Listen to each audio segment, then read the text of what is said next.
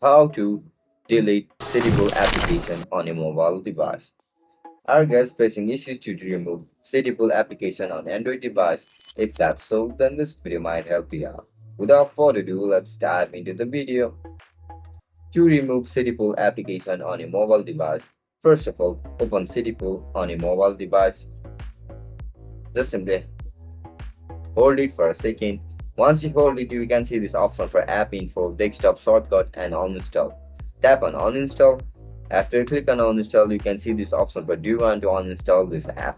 Click on OK. As soon as you click on OK, your app will be instantly uninstalled. If you want to do it manually, just simply head over to settings.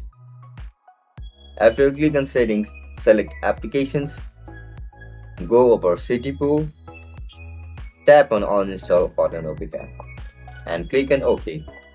That's it guys, that's how you're gonna remove Citypool app on your Android device. If you guys found this video helpful, please subscribe to our channel. Bye bye.